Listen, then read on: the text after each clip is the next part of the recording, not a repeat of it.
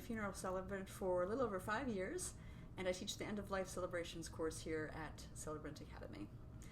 You may be interested in becoming a funeral celebrant because you've experienced a personal loss and you've seen what a difference the role can make to those who are grieving. Or maybe you're a wedding officiant who would like to broaden your services in supporting families and couples. Or you might just be drawn to end-of-life issues. But it can be difficult to learn how to create a meaningful funeral and be confident in your role because the work tends to be very private. So however your interest was awakened, you've come to the right place. Our goal is that by the time you finish the end-of-life celebrations course, you can create personal, meaningful, non-religious end-of-life ceremonies. Another goal is that you're confident enough to deliver them and to work with the people that you'll meet, like funeral directors, cemetery workers, and of course the families of the deceased.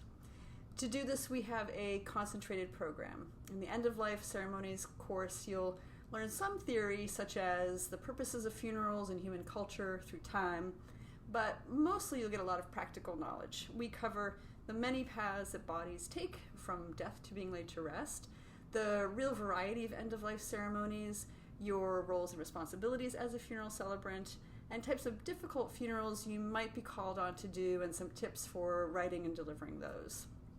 You'll get experiential skills designing the overall elements and flow of end-of-life ceremonies, writing personal eulogies, some strategies for that, as well as parts of the funeral you might associate historically with religious messages or sermons, and you get some practice creating humanist rituals that reflect the values and the life force of the deceased.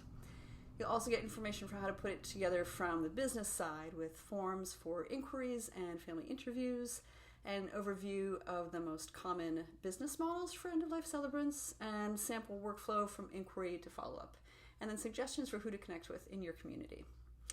For the course, I include resources from and for marginalized voices, and we touch on the barriers that marginalized communities can encounter around death and dying, and how you can be aware of your own biases in order to better serve all people.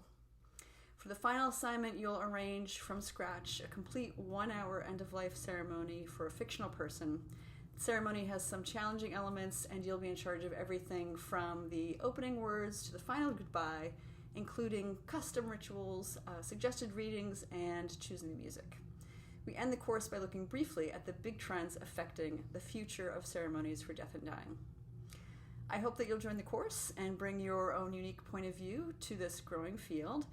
Even though the subject matter is serious, we create a friendly environment where we have a good time, sharing experiences and helping each other find our way forward in this unusual role.